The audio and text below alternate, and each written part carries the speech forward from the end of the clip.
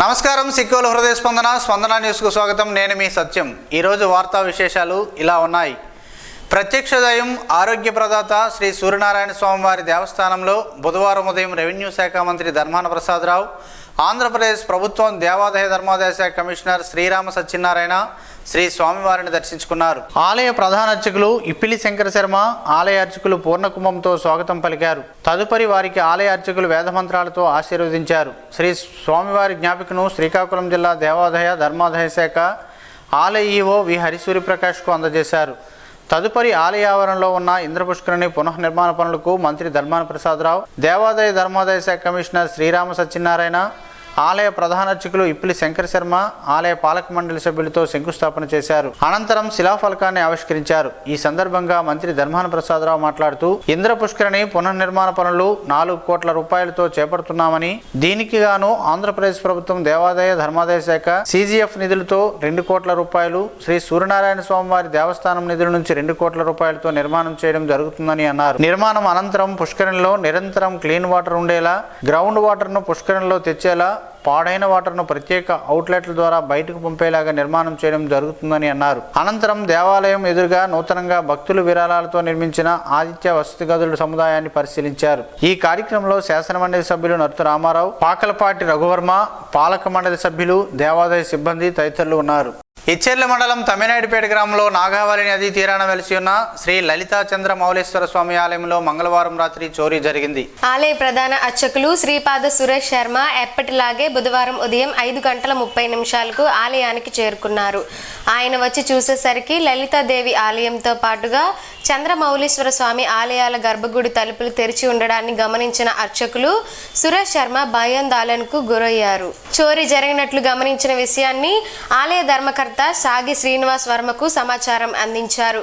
ఆయన వచ్చి చూసేసరికి 2 ఆలయాల్లో హుండీలు, మరో చిన్న హుండీని పగలగొట్టి ఉన్నాయి. ఆలయం ప్రహరీ గోడ వెనక ఉన్న తుప్పల్లో ఆ హుండీలు దొంగలు వదిలి వెళ్ళినట్లు గమనించిన ధర్మకర్త శ్రీనివాసరాజు ఇచ్చెర్ల పోలీసులకు సమాచారం అందించారు. ఆలయం చుట్టూ పరిశీలించిన పోలీసులు అనంతరం శ్రీకాకుళం క్రైమ్ బ్రాంచ్కు సమాచారం అందించడంతో క్లూస్ టీంతో తనిఖీలు చేపట్టారు.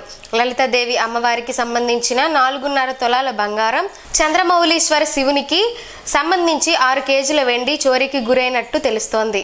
టీడీపీ జాతీయ ప్రధాన కార్యదర్శి నారా లోకేష్ చేపట్టిన యువగలం పాదయాత్ర బుధవారం ముగింపు కానుండడంతో శ్రీకాకుళం నియోజకవర్గం టీడీపీ ఇన్ఛార్జ్ మాజీ ఎమ్మెల్యే గుండ లక్ష్మీదేవి, జనసేన నాయకుల ఆధ్వర్యంలో అరసవెల్లి అసిరితల్లి అమ్మవారికి ప్రత్యేక పూజలు నిర్వహించారు. పూజల అనంతరం మాజీ ఎమ్మెల్యే లక్ష్మీదేవి మాట్లాడుతూ, లోకేష్ బాబు పాదయాత్ర ద్వారా టీడీపీ అధికారంలోకి వస్తే యువతకు ఉద్యోగ అవకాశాలను కల్పిస్తారని తెలిపారు. నారా లోకేష్ పైన నిరుద్యోగ యువతకు అభిమానం ఉందని అన్నారు. యువగలం పాదయాత్రకు ప్రజల నుండి ఆదరణ లభిస్తుందని భావించిన వైసీపీ నేతలు చంద్రబాబును జైల్లో పెడితే పాదయాత్ర ఆగిపోతుందని అనుకున్నారని, కానీ వారి ఆలోచన కార్యరూపం దాల్చలేదని అన్నారు. అక్కడ నుండి భోగాపురంలో నిర్వహించనున్న యువగలం పాదయాత్ర ముగింపు సభకు బైకులు, వ్యాన్లు, కార్ల ద్వారా ర్యాలీగా బయలుదేరి వెళ్లారు. ఈ ర్యాలీలో మాజీ మంత్రి Gunda Appala Suryanarayana, doctor Jam Bhimashankar, SV Ramanamadiga, Tonangi Venkanna Yadav, PMJ Babu, Madharapu Venkatesh, Jallu Rajeev, Karagana Bhaskar Rao, రాము, షాన్, ముబారక్, బుర్రా ప్రసాద్, కొమర కమల, విభూది సూరిబాబు, కవాడి సుశీల, సాధు వెంకటేష్, సురకాశ్ వెంకట్రావు, బుక్కా యుగంధర్, మెండ గిరీష్, గార మండల టీడీపీ నాయకులు, జనసేన నాయకులు, కార్యకర్తలు పాల్గొన్నారు. లోకేష్ బాబు కోసం తరలి వచ్చినందుకు మీ అందరికీ పేరు పేరున నా నమస్కారాలు తెలియజేసుకుంటున్నాను. ఎన్ని కష్టాలున్నాయో, ఎంతవరకు సమాజంలో సామాజికంగా ముందుకు వెళ్తున్నాము, అభివృద్ధి ఏ విధంగా జరుగుతుంది, అసలు సంక్షేమం అంటూ జరుగుతుందా లేదా అని తెలుసుకోవటానికి, ప్రజల కష్ట సుఖాలని తెలుసుకోవటానికి లోకేష్ బాబు గారు 3135 కిలోమీటర్లని పాదయాత్ర చేయటం జరిగింది. దాన్ని అగనపూడిలో పూర్తి చేయటం జరిగిందని కూడా తెలియజేస్తున్నాను. అందుకు ఈరోజు భోగాపురం దగ్గర పోలిపల్లిలో ఈరోజు ఒక యువగలం పూర్తయిన సందర్భంగా ప్రజాగర్జనని ఏర్పాటు చేసుకోవటం జరిగింది. దానికి 53 రోజులు తప్పు చేయకుండా, అవినీతి లేకుండా, ఎటువంటి తప్పు లేని ఒక 75 సంవత్సరాల వ్యక్తిని 53 రోజులు జైల్లో పెట్టి ఆనందించిన ఆ శాడిస్ట్ని గురించి తెలియజేయటానికి, అదేవిధంగా రాష్ట్రాన్ని కాపాడటానికి మన చంద్రబాబు నాయుడు గారు, పవన్ కళ్యాణ్ గారు, అదేవిధంగా బాలకృష్ణ గారు రావడం జరుగుతుందని మీ అందరికీ తెలియజేస్తున్నాను. ఇంత మంచి కార్యక్రమానికి స్వచ్ఛందంగా వచ్చిన మీ అందరికీ పేరు పేరున నా నమస్కారాలు తెలియజేస్తున్నాను. ప్రత్యక్ష దైవం ఆరోగ్య ప్రదాత శ్రీ సూర్యనారాయణ స్వామివారి దేవస్థానంలో బుధవారం ఉదయం శ్రీ దుర్గామల్లేశ్వర స్వామివారి దేవస్థానం విజయవాడ వారి ధర్మ ప్రచార వారోత్సవంలో భాగంగా శ్రీ స్వామివారి ధర్మ ప్రచార రథం అరసవేలిలో గ్రామ తిరువీధి నిర్వహించారు. ఆలయ ప్రధాన అర్చకులు ఇప్పిలి శంకర శర్మ ఆధ్వర్యంలో దేవాదాయ ధర్మాదాయ శాఖ కమిషనర్ శ్రీరామ సత్యనారాయణ ప్రత్యేక పూజలు నిర్వహించారు. అనంతరం ఆయన మీడియాతో మాట్లాడారు. హిందూ ధర్మ ప్రచార విశిష్టతను వివరించారు. ఆలయ భూములు పరిరక్షణ కోసం భూముల వివరాలను ఆన్లైన్లో నమోదు చేస్తున్నామని, భూముల పరిరక్షణకు చర్యలు చేపడుతున్నట్లు తెలిపారు. అరసవేలి ఆలయంలోని ఇంద్ర పుష్కరిణి అభివృద్ధికి చర్యలు చేపట్టామని తెలిపారు.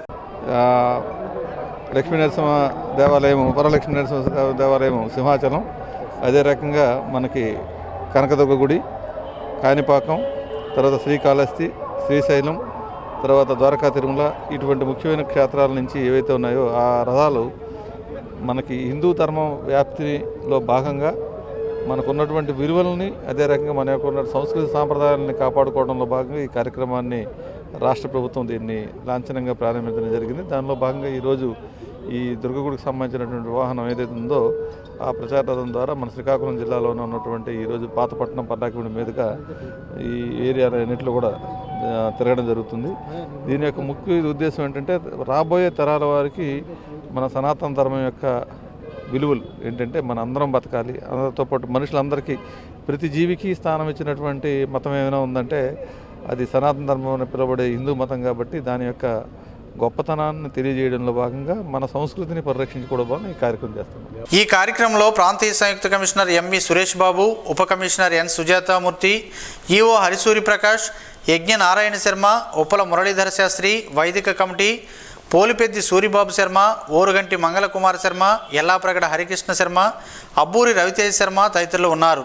విద్యాశాఖ సమగ్ర శిక్ష కాంట్రాక్ట్ అవుట్సోర్సింగ్ అన్ని విభాగాల ఉద్యోగులను రెగ్యులర్ చేయాలని యూటీఎఫ్ రాష్ట్ర కార్యదర్శి ఎస్ కిషోర్ కుమార్, సిఐటియు జిల్లా ప్రధాన కార్యదర్శి పి తేజేశ్వరరావు ప్రభుత్వాన్ని డిమాండ్ చేశారు. ఏపీ సమగ్ర శిక్ష contract outsourcing employees federation JAC ఆధ్వర్యంలో ఈ రోజు నుండి చేపడుతున్న రాష్ట్ర వ్యాప్త సమ్మెలో భాగంగా జ్యోతిరావు పూలే పార్క్ నుండి కలెక్టరేట్ వరకు ఉద్యోగులు ప్రదర్శన నిర్వహించి ధర్నా చేపట్టారు. ఎస్ఎస్సి ఉద్యోగులు చేస్తున్న పోరాటానికి యూటీఎఫ్, సిఐటియు నాయకులు సంఘీభావం తెలియజేస్తూ పాల్గొన్నారు. ఈ సందర్భంగా వారు మాట్లాడుతూ రాష్ట్ర ప్రభుత్వం సమస్యల పరిష్కారంలో నిర్లక్ష్యం చేసి ఇబ్బందులకు గురి చేయడంతో ఉద్యోగులందరూ రాష్ట్ర వ్యాప్తంగా 25,000 మంది సమ్మెలోకి వెళ్లవలసిన పరిస్థితి ప్రభుత్వమే కల్పించిందని విమర్శించారు. సమగ్ర శిక్షలో పనిచేస్తున్న అన్ని విభాగాల ఉద్యోగులను విద్యాశాఖలో విలీనం చేసి రెగ్యులర్ చేయాలని డిమాండ్ చేశారు.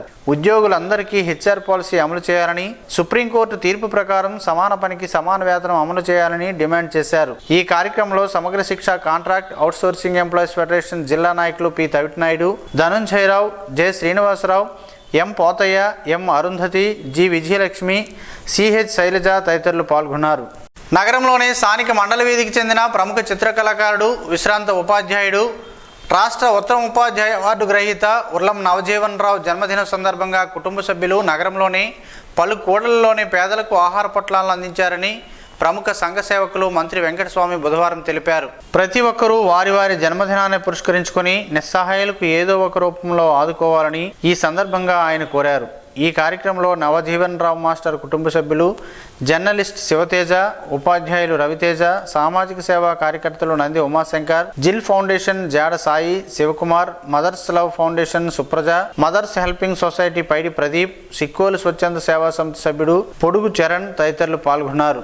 అంగన్వాడీలపై రాష్ట్ర ప్రభుత్వం బెదిరింపులను మానుకొని సమస్యలు వెంటనే పరిష్కరించాలని సిఐటియు జిల్లా ప్రధాన కార్యదర్శి P Tejeswara Rao, anganwadi workers and helpers union జిల్లా అధ్యక్షులు కె కళ్యాణి డిమాండ్ చేశారు. ప్రభుత్వం అంగన్వాడీల సమస్యల పరిష్కారం చేయకుండా మొండిగా వ్యవహరించడంతో జిల్లా వ్యాప్తంగా అంగన్వాడీలంతా 9వ రోజు సెంటర్లు మూసివేసి సమ్మెలో పాల్గొనడం జరిగిందని అన్నారు. శ్రీకాకుళం జిల్లా వ్యాప్తంగా అన్ని ప్రాజెక్టు కార్యాలయాల వద్ద నిరవధిక సమ్మె శిబిరాలు కొనసాగుతున్నాయని తెలిపారు. ఈ సందర్భంగా శ్రీకాకుళం అర్బన్ ప్రాజెక్టు అంగన్వాడీలందరూ శ్రీకాకుళం 7 రోడ్ల జంక్షన్ వద్ద సిఐటియు ఆధ్వర్యంలో భిక్షాటన, మానవహారం కార్యక్రమాన్ని నిర్వహించారు. ఈ సందర్భంగా వారు మాట్లాడుతూ గత 9 రోజులుగా రాష్ట్ర వ్యాప్తంగా అంగన్వాడీలు తమ సమస్యల పరిష్కారం చేయాలని ఆందోళన చేస్తున్నా స్పందించకపోవడం, భిక్షాటన చేస్తూ నిరసన తెలియజేయడం జరిగిందని అన్నారు. అంగన్వాడీ సెంటర్ల తాళాలు పగలగొట్టి ప్రభుత్వమే చట్టాలను ఉల్లంఘిస్తుందని విమర్శించారు. బెదిరింపు పద్ధతులు మానుకొని వెంటనే సమస్యల పరిష్కారం చేయకపోతే పోరాటాలు తీవ్రతరం చేస్తామని ప్రభుత్వాన్ని హెచ్చరించారు. ఈ నిరసన కార్యక్రమంలో anganwadi workers and helpers union Srikakulam project నాయకులు టి రాజేశ్వరి,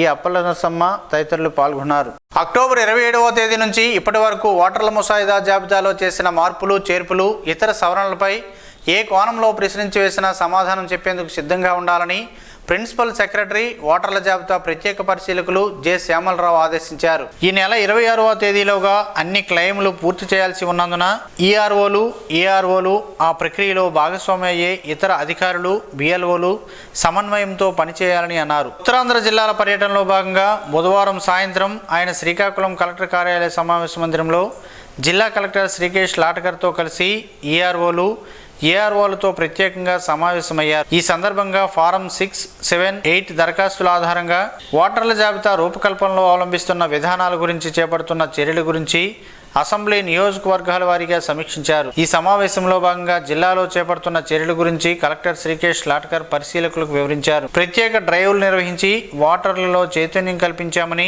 యువ ఓటర్లను చేర్పించామని తెలిపారు. ఎన్నికల కమిషన్ నిబంధనలను అనుసరించి తొలగింపులు, చేర్పులు ప్రక్రియను చేపడుతున్నామని, ఖచ్చితమైన ఓటర్ల జాబితాను రూపొందించేందుకు కృషి చేస్తున్నామని పేర్కొన్నారు. అనంతరం పరిశీలకులు శ్యామలరావు పలు అంశాలపై మార్గదర్శకాలు జారీ చేశారు. ఈ సమావేశంలో joint collector M Naveen, assistant collector Raghavendra Meena, జిల్లా రెవెన్యూ అధికారి ఎం గణపతిరావు, ఈఆర్ఓలు S Bharath Nayak, Noorur Kumar, R Venkataraman, CH Rangaiah, B Padmavathi, G Jayadevi తదితరులు పాల్గొన్నారు.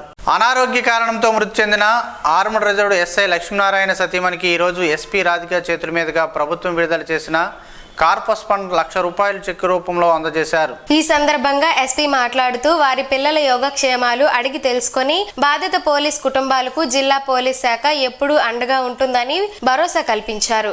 ఏ సహాయం కావాలన్నా ఫోన్ ద్వారా లేదా స్వయంగా జిల్లా పోలీస్ కార్యాలయంలో సంప్రదించవచ్చు అని జిల్లా ఎస్పీ తెలియజేశారు. ఈ కార్యక్రమంలో రిజర్వ్డ్ ఇన్స్పెక్టర్ డి సురేష్ సిబ్బంది ఉన్నారు.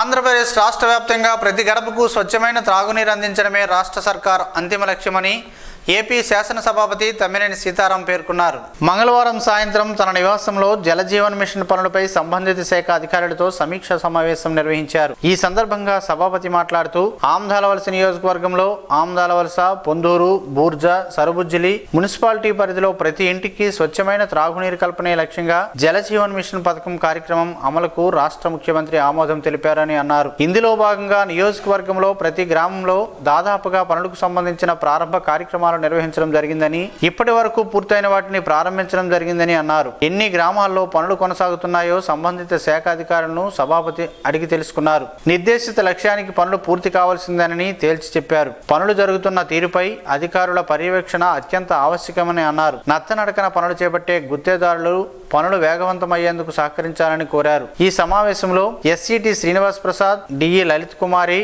ఈ 4 మండలాల ఏఈలు మరియు గుత్తేదారులు పాల్గొన్నారు.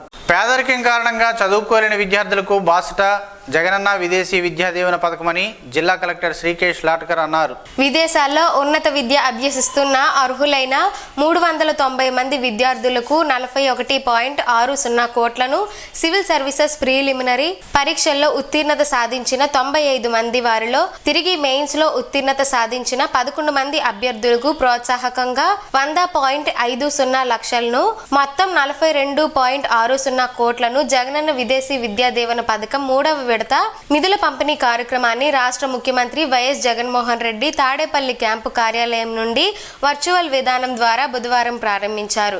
ఈ సందర్భంగా కలెక్టర్ మాట్లాడుతూ రాష్ట్రంలోని విద్యార్థులు విదేశాల్లో గల టాప్ 50 విశ్వవిద్యాలయాల్లో పోస్ట్ గ్రాడ్యుయేషన్ లేదా ఇతర కోర్సులలో విద్యను అభ్యసించే వారికి 100% ఫీజు రియంబర్స్మెంట్ ఇవ్వడం జరుగుతుందని తెలిపారు. అందులో భాగంగా రాష్ట్రంలోని 390 మంది విద్యార్థులకు దాదాపు 41.60 కోట్లు 3వ విడతగా విడుదల చేయడం జరిగిందని అన్నారు.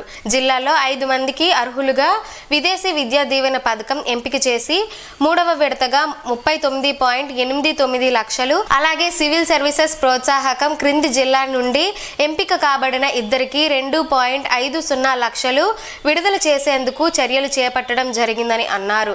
జిల్లా నుండి జగనన్న విదేశీ విద్యా దీవెన పథకంలో అర్హత పొంది కెనడా, ఆస్ట్రేలియాలో చదువుతున్న విద్యార్థులు అలాగే సివిల్ సర్వీసెస్ ప్రోత్సాహకం కింద జిల్లా నుండి ఎంపిక కాబడిన ఇద్దరు తల్లిదండ్రులకు కలెక్టర్ 42,29,591 రూపాయలు నమూనా చెక్కును అధికారులతో కలిసి అందజేశారు. వీడియో కాన్ఫరెన్స్ లో సహాయ కలెక్టర్ రాఘవేంద్ర మీనా, సాంఘిక సంక్షేమ శాఖ ఉప సంచాలకులు వై విశ్వమోహన్ రెడ్డి, జిల్లా వెనుకబడిన తరగతుల సంక్షేమ అధికారిని ఈ అనురాధ తదితరులు పాల్గొన్నారు.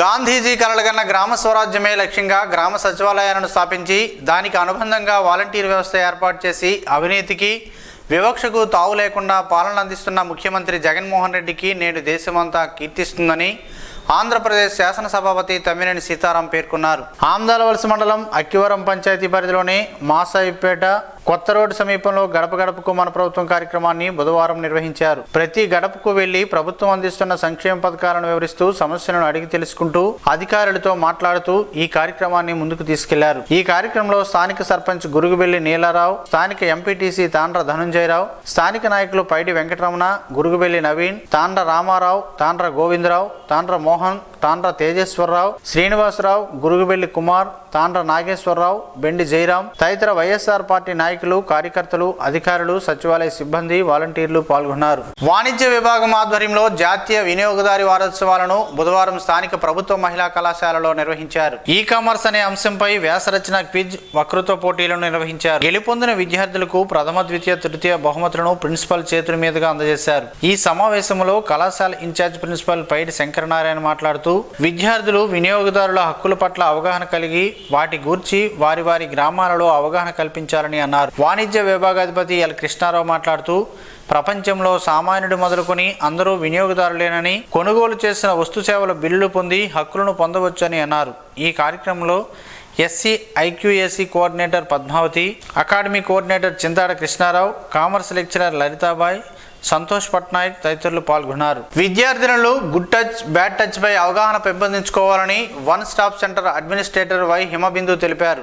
ఈ మేరకు బుధవారం నలసనపేటలోని జ్ఞానజ్యోతి స్కూల్లో నిర్వహించిన అవగాహన సదస్సులో ఆమె పాల్గొని విద్యార్థినులకు బ్యాడ్ టచ్ అలాగే గుడ్ టచ్ పై అవగాహన కల్పించారు. ఉపాధ్యాయులు కూడా ఈ విషయంలో అవగాహన కల్పించాలని సూచించారు. విద్యార్థులు స్వీయ రక్షణ పొందడం ఎలా, బాలల అక్రమ రవాణా, సైబర్ నేరాలు, హెల్ప్ లైన్ నెంబర్స్ 100-112-181-1098 దిశ యాప్ కోసం కూడా వివరించారు. బూడిద గుమ్మడికాయలో పలు ఆరోగ్య ప్రయోజనాలు ఉన్నాయని పలువురు ఆరోగ్య నిపుణులు చెబుతున్నారు. ఆ వివరాలేంటో ఈ రోజు ప్రసారమయ్యే ఆరోగ్యమే మహాభాగ్యంలో తెలుసుకుందాం.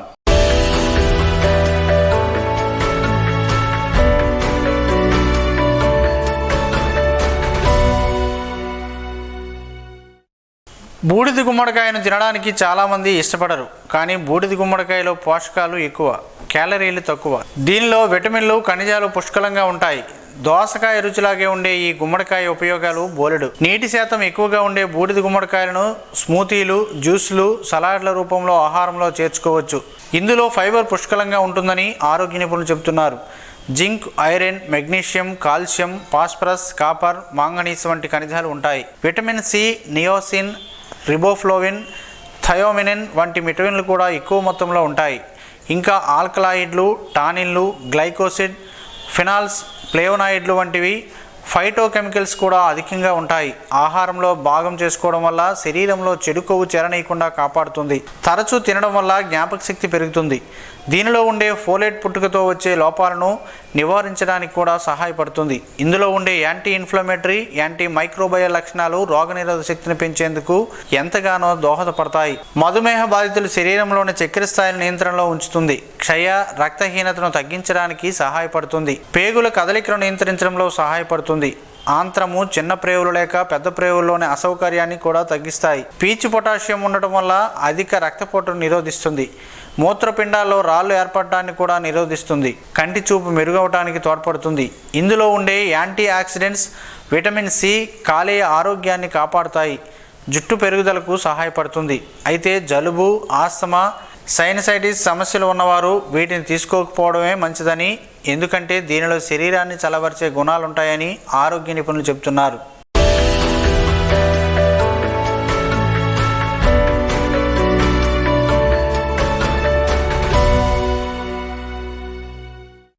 ఈరోజు వార్తల్లో ఒక మంచి మాటను విందాం, ఆచరిద్దాం. సమాజ శ్రేయస్సును కాంక్షిస్తున్న మహనీయుల మాటల్లో నుంచి ఈరోజు. జీవనం గమనం గమ్యం. ఋషి చింతన. ప్రారంభం కంటే ముగింపు చాలా కష్టం. ప్రారంభం తపనతో మొదలగును, ముగింపు త్యాగంతో ముగించాలి. ఆకలికి ఉపశమనమే లేదు, అనుభూతికి ఉనికే లేదు. ఓం శ్రీ గాయత్ర్యై నమః. స్పందన న్యూస్ ఇప్పుడు యూట్యూబ్లో అందుబాటులో ఉంచడమైనది. ఎస్టీవీ స్పేస్ స్పందన అని టైప్ చేసి ప్రేక్షకులు తమకు అనుకూలమైన సమయంలో న్యూస్ని వీక్షించగలరు. ఈ వార్తలు ఇంతటితో సమాప్తం. మరలా ప్రసారమయ్యే స్పందన న్యూస్లో కలుద్దాం. అంతవరకు సెలవు. నమస్కారం. మీ మాటే మా బాట.